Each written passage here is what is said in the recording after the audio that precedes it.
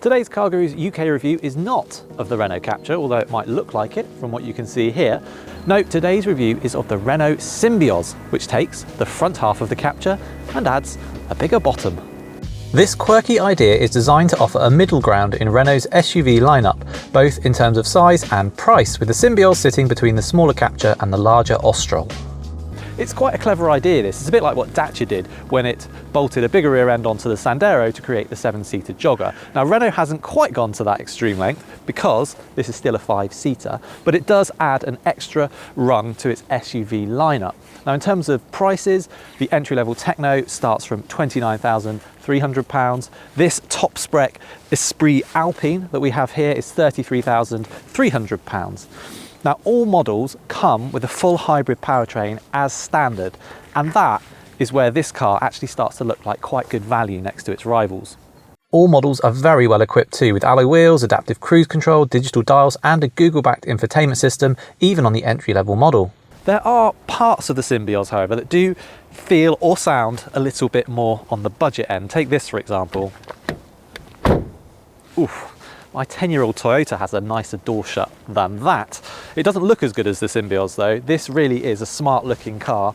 It fits very nicely within Renault's SUV lineup, so it's not retro like models like the new 5, but just very sharp, very modern. Yeah, I think it looks really cool. In the back of the Symbioz, there's a good amount of room actually. So I'm 5'11", this is set for me, and as you can see, legroom is good. My feet go under the seat in front just fine. Headroom is just about okay. This one has the solar bay roof, panoramic roof. It doesn't open, but it does shade in different sections, which is quite cool, quite a nice feature on this top spec model only. The seat of the Symbioz does slide forwards and backwards in one piece, so that allows you to trade some legroom. We'll go further forward than this, but obviously I will then lose my legs, but gives you a bit more extra boot space, so that's quite handy. If you want to have 3 in here, the thing to bear in mind with this is it is still the same width as a Captur, so it's not the widest, but if you've got 3 kids, they're probably going to be okay across the back here.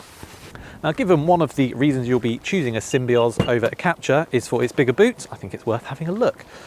Right, so we have an adjustable height boot floor, which you can have in the higher setting to level out the load bay like that. And that means also if you drop the seats, which split 60-40, you get a flat through load bed, or you can drop it into its lower position. And in this configuration, you have a decent 492 litres of load space. Or if you stay there, please, Mr. Cameraman, I will slide these seats forward and you can see you actually get quite a bit more space, 624 litres now. But if you just come in here, you can see there is a great big trough in the floor there where all your stuff is going to fall.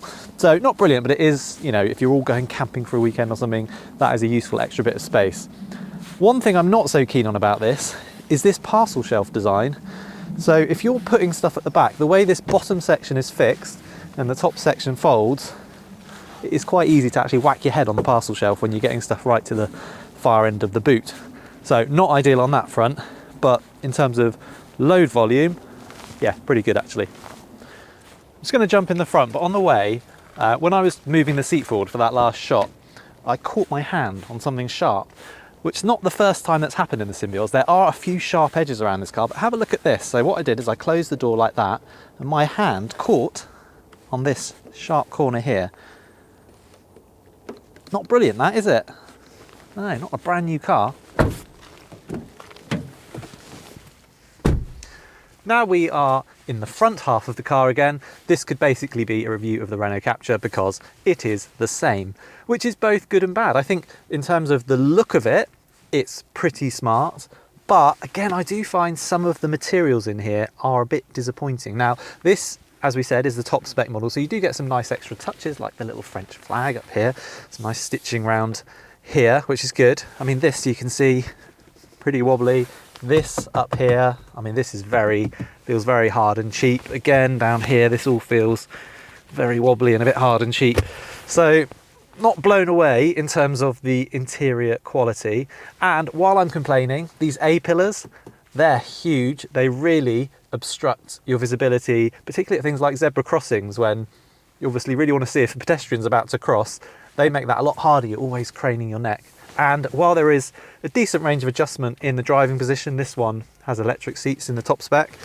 I personally would like the steering wheel to come out a bit more. It does go for reach as well as height, but doesn't come out quite far enough for my liking. As mentioned earlier, all Symbioz trims come with digital dials. They measure 10.25 inches and there's a 10.4 inch portrait mounted touchscreen as standard. The technology in this car is a bit of a mixed bag as well. So in terms of graphics, absolutely fine. No issues with that. But if you, for example, want to change the display on here, or you want to change the driving mode, everything just has a slight lag to it. It just takes a while to cycle through the menus. It's a bit frustrating. And while this Google-backed infotainment system is good in the most part, it's responsive, and obviously you can integrate with all your Google accounts, which is very handy, and the voice recognition is really good on this.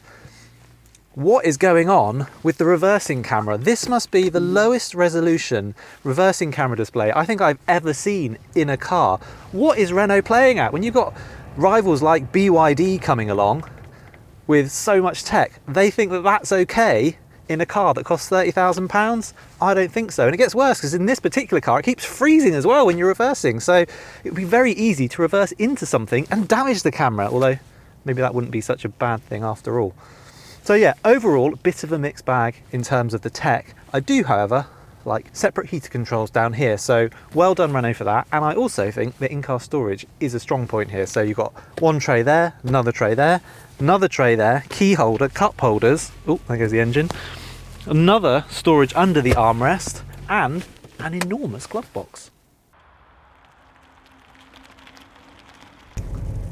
As well as its big boot, the other big selling point really of the Symbioz is that it comes with a hybrid drivetrain as standard. So it's not a plug-in hybrid, but equally it's more robust than a mild hybrid. Specifically, it pairs a 1.6 litre petrol engine with 2 electric motors and a 1.2 kilowatt hour battery. It has a total system output of 145 horsepower. Now, where this system is at its best really is around town, particularly at kind of from standstill up to about 20 miles an hour, because it will do a lot of that on EV power. It will always pull away in electric mode. So it's actually really quite a nice car to nip around town in. The top, I don't know, centimetre, 2 centimetres of the throttle travel, you're really just using the electric motor unless the battery has run out. Where it sometimes isn't quite so good is if the battery is very low and the petrol engine cuts in, it holds a very low gear up to about 30 miles an hour. So you can be driving around town and the engine will be revving much higher than you think it should be. Once you get to 30 miles an hour, a little bit over, it will slip into the next gear, but that is a bit annoying at times. Put your foot down and 0 to 62 miles per hour takes 10.6 seconds, but it feels like at least a second of that is down to the gearbox making up its mind about what it wants to do. Now, when the petrol engine does cut in, you do know about it because it's not the quietest. And given that it's generally always going to be running once you're up to speed, and you can hear it there, it does just mean that the Symbioz, I mean, it's fine, but I don't know, it's kind of this dual thing. If you get the nice sort of extra push from the electric motor, which is good, but then you also get the noise of the petrol engine, which is not so good. So for driving at higher speeds, it's not always the most relaxing car. Now the ride, on the other hand, is almost the other way around, because at low speeds, when the powertrain is arguably at its best, the ride is really quite fidgety actually, particularly below sort of 20-30 miles an hour. But once you're up to speed, actually the ride smooths out quite nicely, it feels quite well cushioned over bigger bumps, but at that point the drivetrain's not really at its best, so it's a bit topsy-turvy in that regard. The handling is tidy enough for a family crossover, and the Symbioz does always feel quite narrow and wieldy for what is actually a fairly roomy family vehicle. To its credit, for a vehicle of its size, the Symbioz is impressively economical. So the official WLTP fuel consumption is 60 miles per gallon. In our tests, we've seen 48 to 50 miles per gallon, but interestingly, actually, it's more frugal when you're driving around town, because that's when it's able to use its EV-only mode more. Everything about the way this car drives really is kind of fine. The steering is okay, the body control is all right, the powertrain good at town speeds, all right above that. It doesn't do anything particularly wrong. There are no major flaws with it, but equally it's just not a car it's very easy to get excited about. Which in a way kind of sums up the Symbioz as a whole. In many ways, this car feels like Renault gave itself a long list of requirements, you know, big boot, sliding rear seat, Google-based infotainment system, hybrid powertrain, make it look cool. And then it went away and it did all these things, but it did them in isolation. And as a result, the Symbioz just lacks that sense of completeness that you get in something like a Kia Sportage or a Nissan Qashqai. And then there are the silly things like the clang of the rear doors and that dreadful rear view camera, which just make it feel a bit cheaper than it really should given its competitors. This class is awash with good cars. The Symbioz is by no means bad, but it's not as good as the best. Would you consider a Symbioz as your next crossover, or would you go for one of its rivals instead? Do let us know, and remember to head to cargurus.co.uk when it comes time to researching or buying your next car.